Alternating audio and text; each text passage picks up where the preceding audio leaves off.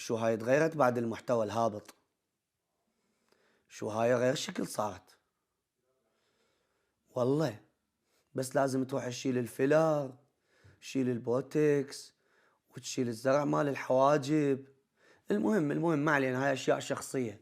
شبيها بنين عني طونيا.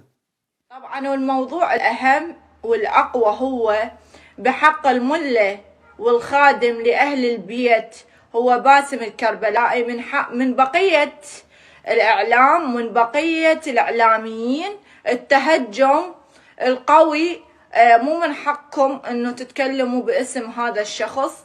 هذا الشخص خادم لأهل البيت وقارئ على الإمام الحسين، وما نسمح لكم تحجون حرف باسمه. ما نسمح لكم مهما كنتم انه تحجون هيج زلة من شعر باسم الكربلائي.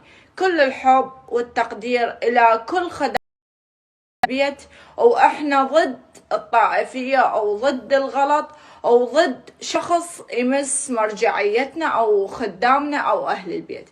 تحياتي لكم بنين الموسى. تعي تعي تعي تعي تعي تعي تعي تعي. انتي منو صخم وجهك؟ انتي وجهك انتي خاتله؟ انتي منو طلعك؟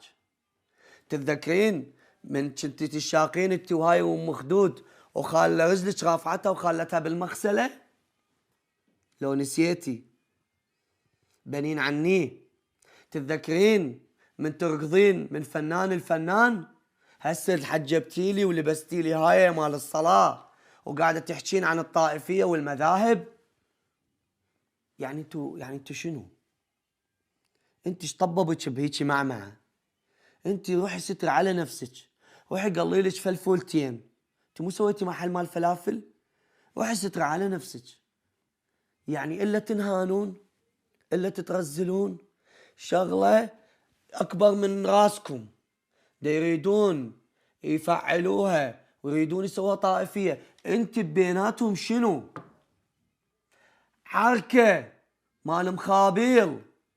انتي يل بعدك بالقماطش طببك. روحي ستر على نفسك بويا، روحي ستر على نفسك بويا، روحي قلي فلافل، روحي الله يخليك، روحي يا عيني روحي. ما اريد لا احكي عليك ولا اجيب طاريك. وانا قلت البنيه عقل وحده ذاك اليوم بيني وبين نفسي. قلت لمتك والاتها من اول وحده وشالت، قالت لك انا اعيش برزقي واخلص. لكن ابو طبع ما يقدر يبدل طبعه. عوفي بابا، عوفي بنتي، عوفي الطائفيه وعوفي هاي السوالف. من كنت تروحين تقعدين يم فلانه وعلانه كنت تساليهم ذولا سنه لو شيعه؟